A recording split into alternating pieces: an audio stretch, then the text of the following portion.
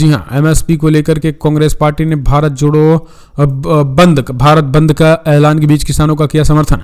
केंद्र सरकार से अपनी कई मांगों को लेकर दिल्ली कूच करने पर अड़े किसान संगठनों को न्यूनतम समर्थन मूल्य यानी एमएसपी के बाद एक और नए मुद्दे पर कांग्रेस को साथ मिल गया। दरअसल कई किसान संगठनों द्वारा अपनी मांगों को लेकर यानी कल 16 फरवरी को भारत बंद का आह्वान कर दिया है।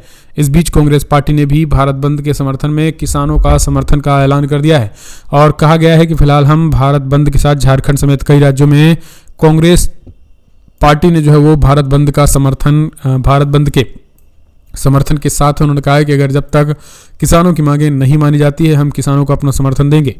एक और अपडेट निकल के आई है दोस्तों, बिग ब्रेकिंग, मोदी उनका प्रचार तंत्र और मित्र, मीडिया गरीबों और किसानों के दुश्मन, एमएसपी वक्त की मांग, राहुल गांधी ने बोला बड़ा हमला, गोदी मीडिया पर भी हुए फायर। दरअसल कांग्रेस के नेता राहुल गांधी ने भारत जोड़ो यात्रा के दौरान गुरुवार को बिहार पहुंचे और राहुल गांधी ने औरंगाबाद में जनसभा को संबोधित करते हुए उन्होंने खास करके किसानों को लेकर के बड़ा हमला बोला और उन्होंने कहा है कि मोदी सरकार, उनका प्रचार तंत्र और मित्र मीडिया गरीबों और किसानों के दुश्मन है।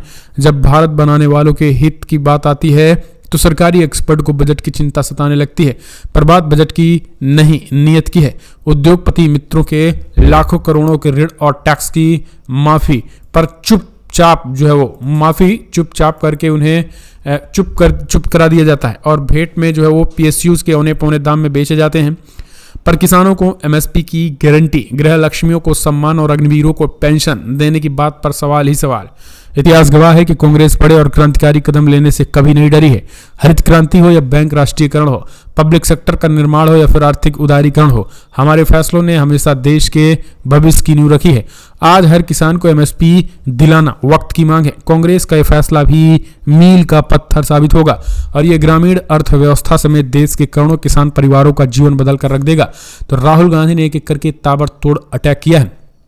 एक और अपडेट निकल के आई है तो दोस्तों, आज किसान जो है वो फिलहाल पंजाब में रेल रोको का किया ऐलान। जी हां, दरअसल आपको बता दें किसानों ने फिलहाल आज बड़े पैमाने पर प्रोटेस्ट करने का ऐलान कर दिया है। दिल्ली पुलिस ने एडवाइजरी जारी कर दी है। NH-44 पर सिंधु बॉर्डर पर यात्रा के लिए दुर्गम के बीच किसानों ने आज पंजाब में आज रेल रोको का ऐलान कर दिया है और वहीं आज सरकार और किसान नेताओं के बीच आज तीसरे दौर की बातचीत भी होगी।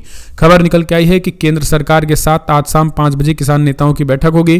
पंजाब के रजापुरा बाईपास पर पंजाब किसान मजदूर संघर्ष समिति के महासचिव सरवन सिंह पंडेर ने ये बातें उन्होंने कही हुई हैं और कहा कि सरकार से हम बातचीत करेंगे तो फिर हम क्लियर कर देंगे।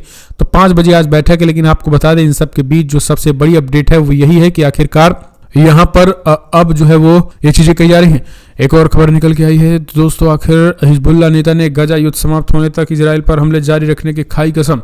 दरअसल हिजबुल्लाह नेता सैयद हसन नसरुल्लाह ने कहा है कि लेबनानी सशस्त्र समूह इजराइल के साथ सीमावर्ती क्षेत्रों में अपने हमले तब तक नहीं रोकेगा जब तक गाजा पर इजराइल का हमला समाप्त नहीं हो जाता। एक समाचार एजेंसी की रिपोर्ट के अनुसार नसरुल्लाह ने मंगलवार को स्थानीय टीवी चैनल पर हिजबुल्लाह सेनानियों की याद में एक भाषण में कहा है कि समूह गाजा पर यहूदी युद्ध की समाप्ति से पहले सीमा पर हमले नहीं रोकेगा। तो सीधे तौर पर उन्होंने चेतावनी दी है। एक और अपडेट निकल के आई है तो दोस्तों, बड़ी खबर जहां आखिर आपको बता दें राजस्थान के स्कूलों में सूर्य नमस्कार पर बवाल। बड़ी अपडेट जहां मुस्लिम पहुंचे हाई कोर्ट। दरअसल राजस्थान की भाजपा सरकार ने सभी सरकारी स्कूलों में बच्चों द्वारा सूर्य नमस्कार करने का आदेश जारी कर दिया है। शिक्षा आदेश की इस आदेश के खिलाफ कई मुस्लिम संगठन उतर आए हैं। मुस्लिम संगठनों ने हाईकोर्ट में याचिका दाखिल कर इस पर रोक लगाने की मांग कर दी थी, लेकिन बुधवार को मुस्लिम संगठनों को हाईकोर्ट से बड़ा झटका लगा है। राजस्थान के स्कूलों में सूर्य नमस्कार के शिक्षा विभाग के फैसले के खिलाफ हाईकोर्ट गए मुस्लिम संगठनों की एक याचिका कोर्ट ने खारिज कर दी है। जस्टिस महेंद्र गोयल की पीठ ने याचिका पर सुनवाई करते हुए कहा है कि मुस्लिम फोरम कोई रजिस्टर्ड संस्था नहीं और ना ही वो स्कूली बच्चों को प्रतिनिधित्व करते हैं। इसके बाद कोर्ट ने मुस्लिम फोरम की याचिका खारिज कर दी है। हालांकि वकील काशिफ सुबेदी की याचिका पर सुनवाई कोर्ट ने टाल दी और इस पर सुनवाई 15 दिन बाद होगी। एक और अपडेट, राजस्थान। सोनिया गांधी ने राजस्थान से राज्यसभा का नामांकन किया। गहलोत, टोटसरा समेत कई विधायक रहे शामिल। पूर्व कांग्रेस अध्यक्ष सोनिया गांधी ने राजस्थान में राज्यसभा के लिए नामांकन दाखिल कर दिया है। सोनिया गांधी के नामांकन के दौरान राहुल गांधी, प्रियंका और राजस्थान के पूर्व सीएम अशोक गहलोत, राजस्थान कांग्रेस के अध्यक्ष गोविंद सिंह टोटसरा समेत कई विधायक प्रस्तावित रहे। आपको बता दें कांग्रेस ने राज्यसभा चुनाव के लिए 4 उम्मीदवारों के नामों का ऐलान कर दिया है। राजस्थान से सोनिया गांधी, हिमाचल प्रदेश से अभिषेक मनु सिंघवी, वहीं बिहार से अखिलेश प्रताप सिंह, महाराष्ट्र से चंद्रकांत होंडरे का नाम शामिल है। एक और खबर निकल के आई है दोस्तों, जहां राज्यसभा चुनाव के लिए मुस्लिम प्रत्याशी न बनाने पर भड़क गए मुसलमान, अखिलेश यादव को भी लगा दी क्लास। दरअसल उत्तर प्रदेश में अप्रैल में 10 राज्यसभा की सीटें खाली हो रही हैं, जिनके लिए 27 फरवरी को चुनाव होना है। पार्टी के हिसाब से देखें तो बीजेपी के खाते में 7, समाजवादी पार्टी खाते में 3 सीटें जा सकती हैं। अखिलेश यादव की पार्टी ने जया बच्चन, रामजी लाल सुमन और आलोक रंजन को राज्यसभा भेजने का ऐलान किया है, जबकि पार्टी ने एक भी मुस्लिम चेहरे को जगह नहीं दी और इसी को लेकर सपा समर्थकों में काफी गुस्सा भी है। एक और अपडेट निकल के आई है, दिल्ली शराब घोटाला, अरविंद केजरीवाल को ईडी ने छठा समन भेजा, 19 फरवरी को पेश होने को कहा। दिल्ली के मुख्यमंत्री अरविंद केजरीवाल को कथित शराब घोटाले मामले में प्रवर्तन निदेशालय ने फिर से समन जारी कर दिया है। ईडी ने सीएम केजरीवाल को 19 फरवरी को पेश होने को कहा और ईडी की तरफ से केजरीवाल को एक छठा समन भेज दिया गया है। अभी तक भेजे गए समन पर केजरीवाल ईडी के सामने पूछताछ के लिए पेश नहीं हुए। केजरीवाल ने ईडी के समन को बदले की कार्रवाई बताया था। आपको बता दें इससे पहले 5 बार ईडी द्वारा केजरीवाल को समन भेजा जा चुका है और शराब घोटाले को लेकर के केजरीवाल लगातार कई बार हमलावर हो चुके हैं। उनका कहना है कि सरकार हमें गिरफ्तार करना चाहती है, दिल्ली की चुनी हुई सरकार को मोदी सरकार गिराना चाहती है। एक और अपडेट, तमिलनाडु विधानसभा में एक राष्ट्र एक चुनाव के खिलाफ प्रस्ताव पारित, सीएम स्टालिन बोले ये लोकतंत्र के आधार के खिलाफ है, लोकतंत्र की खूबसूरती ही डाइवर्सिटी है। दरअसल तमिलनाडु विधानसभा ने बुधवार को मुख्यमंत्री एम के स्टालिन द्वारा पेश किए गए एक राष्ट्र एक चुनाव के खिलाफ एक प्रस्ताव पारित कर दिया है और केंद्र से ये नीति नहीं लाने का आग्रह किया है। हालांकि बीजेपी ने इस प्रस्ताव का कड़ा विरोध किया और जबकि मुख्य विपक्षी दल IMDMK ने कहा है कि 10 वर्षों में अपनी इस मांगों के पूरा होने की स्थिति में एक राष्ट्र एक चुनाव नीति का समर्थन करेगी, जिसे तैयार करने की जिम्मेदारी तत्कालीन भारत के राष्ट्रपति रामनाथ कोविंद को दी गई है। बीजेपी नेता वानाथ्री श्रीनिवासन ने प्रस्ताव का विरोध करते हुए कहा है कि एक राष्ट्र एक चुनाव को लेकर के चिंताएं निराधार हैं। उन्होंने कहा है कि यह प्रस्ताव अनावश्यक है। PMK विधायक सदन में मौजूद नहीं थे और डीएमके सहयोगी कांग्रेस, VCK और वाम दलों ने भी मुख्यमंत्री द्वारा पेश किए गए प्रस्ताव का समर्थन किया है। एक और खबर, उमर खालिद ने सुप्रीम कोर्ट से वापस ली जमानत याचिका, नए सिरे से निचली अदालत में पेश करेंगे आवेदन। दिल्ली दंगे मामले में जेलबंद JNU के पूर्व छात्र उमर खालिद ने सुप्रीम कोर्ट से अपनी जमानत अर्जी वापस ले ली है। उमर खालिद ने बुधवार को सुप्रीम कोर्ट से अपनी जमानत याचिका वापस ले ली और कहा है कि हम इस मामले में नए सिरे से ट्रायल कोर्ट में जमानत अर्जी दाखिल करेंगे। खालिद दिल्ली दंगों से संबंधित एक UAPA केस में सलाखों के पीछे हैं। खालिद की ओर से पेश हुए वरिष्ठ वकील कपिल सिब्बल ने जस्टिस M बेला M त्रिवेदी की अध्यक्षता वाली पीठ से परिस्थितियों में बदलाव के कारण जमानत याचिका को वापस लेने की बात कही। सिब्बल ने कहा है कि खालिद निचली अदालत में जमानत के लिए नए सिरे से आवेदन करेंगे। तो ये चीज़ें कही गई हैं। एक और अपडेट, कटीले तार, कीले और बंदूक के साए, मोदी सरकार फिर अंग्रेजों के दमन की याद दिलाई, रणदीप सुरजेवाला जमकर भड़के। दरअसल आपको बता दें, रणदीप सिंह सुरजेवाला कांग्रेस पार्टी के लीडर है। उन्होंने कहा है कि आज जिस तरीके से बंदूक के साए में किसानों पर जुल्म ढाए जा रहे हैं, ये एक तरीके से याद ताज़ा कर रही है तानाशाहों की, और जिस तरीके की तानाशाही देखने को मिल रही है, सरकार की विदाई निश्चित है।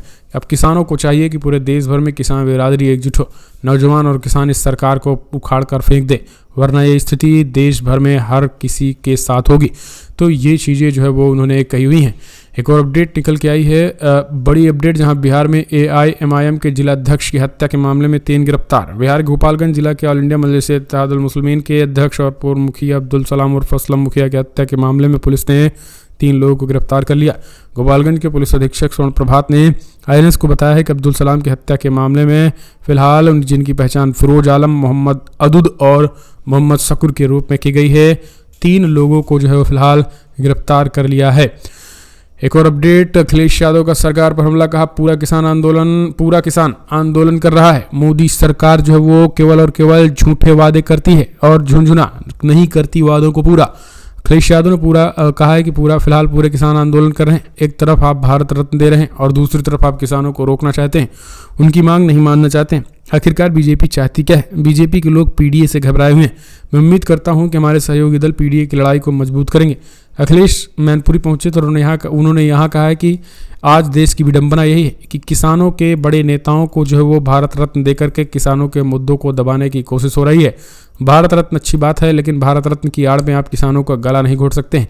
और जिस तरीके से किसानों पर आंसू गैस के गोले और वाटर कैनन समेत तमाम चीज़ें दागी जा रही हैं, ये किसी भी कीमत और किसी भी सूरत पे जो है वो ये उचित नहीं है। एक और अपडेट, अबू धाबी के बाद अब इस मुस्लिम देश में भी क्या बनेगा भव्य मंदिर, किंग ने दी जमीन, जल्द होगा निर्माण शुरू। दरअसल अब भारत और दुनिया भर में इस समय अबू धाबी में बने भव्य मंदिर की चर्चा है, जिसका उद्घाटन करने पीएम मोदी पहुंचे थे। यूएई के बाद अब एक और मुस्लिम देश बहरीन में मंदिर बनने जा रहा है। ये मंदिर भी अब अबू धाबी के मंदिर की तरह विशाल होगा और उसे भी बोचान स्वासी अक्षर पुरुषोत्तम स्वामी नारायण संस्था यानी BSBS भी बनाने जा रहा है। और आपको बता दें, यहाँ बहरीन के शासक से मंदिर निर्माण को लेकर भी बैठकें भी की थी। बहरीन सरकार की ओर से मंदिर के लिए जमीनें पहले ही अलॉट की जा चुकी हैं, अब निर्माण शुरू करने की औपचारिकताएं भी पूरी कर ली गई हैं। तो यहाँ पर दोस्तों ये चीज़ें देखने को मिल रही हैं। एक और अपडेट, ईरान ने युद्धपोत से पहली बार लंबी दूरी की बैलिस्टिक मिसाइल दागी, अमेरिका और ब्रिटेन को लगा झटका। ईरान ने मंगलवार को कहा है कि उसने पहली बार किसी युद्धपोत से लंबी दूरी की बैलिस्टिक मिसाइल लॉन्च की। इस्लामिक रिवॉल्यूशनरी गार्ड ने कहा है कि फिलहाल मिसाइलों को ईरान के बहुउद्देशीय भारी युद्धपोत शहीद मदबीबी से लॉन्च किया गया है और आने वाले समय में दुश्मन देशों को जो है वो मुंहतोड़ और करारा जवाब देने की पूरी तैयारी है। उन्होंने कहा है कि ईरान अपनी सुरक्षा करने के लिए पूरी तरीके से तत्पर है। ईरान से भिड़ने वाले हर दुश्मन को मिट्टी में मिलाने की हम पूरी तरीके से मिट्टी में मिलाने के लिए हम तैयार हैं। तो ये चीज़ें जो है वो कहीं एक और अपडेट निकल के आई है। दोस्तों आपको याद होगा अभी हाल ही में जो उत्तराखंड हल्द्वानी कांड हुआ था, अब उसमें कुर्की शुरू हो चुकी है। अब्दुल मलिक और उनके बेटे सहित 9 की संपत्ति होगी कुर्क। हल्द्वानी सिविल कोर्ट ने हल्द्वानी हिंसा के नामजद मास्टरमाइंड अब्दुल मलिक और उनके बेटे सहित 9 उपद्रवियों की संपत्ति कुर्क करने का आदेश जारी कर दिया। कोर्ट ने सभी 9 आरोपियों पर CRPC की धारा 82-83 के तहत कार्रवाई की अनुमति दी। दरअसल पुलिस ने कोर्ट में आरोपियों की संपत्ति कुर्क करने के लिए आवेदन दे दिया था। 8 फरवरी को हल्द्वानी के बनभुलापुर क्षेत्र में हुई हिंसा के बाद पुलिस ने 3 अलग अलग मामले दर्ज किए थे। इससे 18 लोगों को नामजद किया था। इस मामले में पुलिस अब तक 7 लोगों को गिरफ्तार कर चुकी है। हिंसा के मास्टरमाइंड अब्दुल मलिक, उनका बड़ा बेटा अब्दुल मुहीद और निवर्तमान पार्षद शकील अंसारी सहित तमाम लोग फरार हैं। मंगलवार को सिविल कोर्ट ने सभी 9 आरोपियों के खिलाफ गैर जमानती वारंट जारी कर दिए थे। बुधवार को पुलिस दोबारा पहुंची और 9 आरोपियों को की रिपोर्ट पेश की है। तो ये चीज़ें जो है वहाँ पर देखने को मिली हैं। फिलहाल आप कमेंट्स माध्यम से सुझाव देख लो। एक और अपडेट, फर्जी हलाल प्रमाण पत्र मामले में मुस्लिम धर्मगुरु का नाम आ रहा है। जी दरअसल फर्जी हलाल पत्र जारी करने के खेल में पीछे बतौर मास्टरमाइंड बड़े एक मुस्लिम धर्मगुरु का नाम बताया जा रहा है। STF को कई अहम साक्ष्य मिले, धर्मगुरु की भूमिका की जांच की जा रही है। यानी उत्तर प्रदेश में दोस्तों अब मुसलमानों की गिरफ्तारी किस बेस पे होगी? हलाल के बेस में, कि हलाल सर्टिफाइड जो है वो मौलानाओं के द्वारा किया जा रहा है। तो इस तरीके की चीज़ें भी जो है वहाँ पर यूपी में इस तरीके से भी गिरफ्तारियाँ जो है वो की जा रही हैं। फिलहाल कमेंट्स माध्यम से अपने सुझाव दें। फटाफट ब्रेकिंग न्यूज़ में इतना ही दोस्तों। जय हिंद, जय भारत।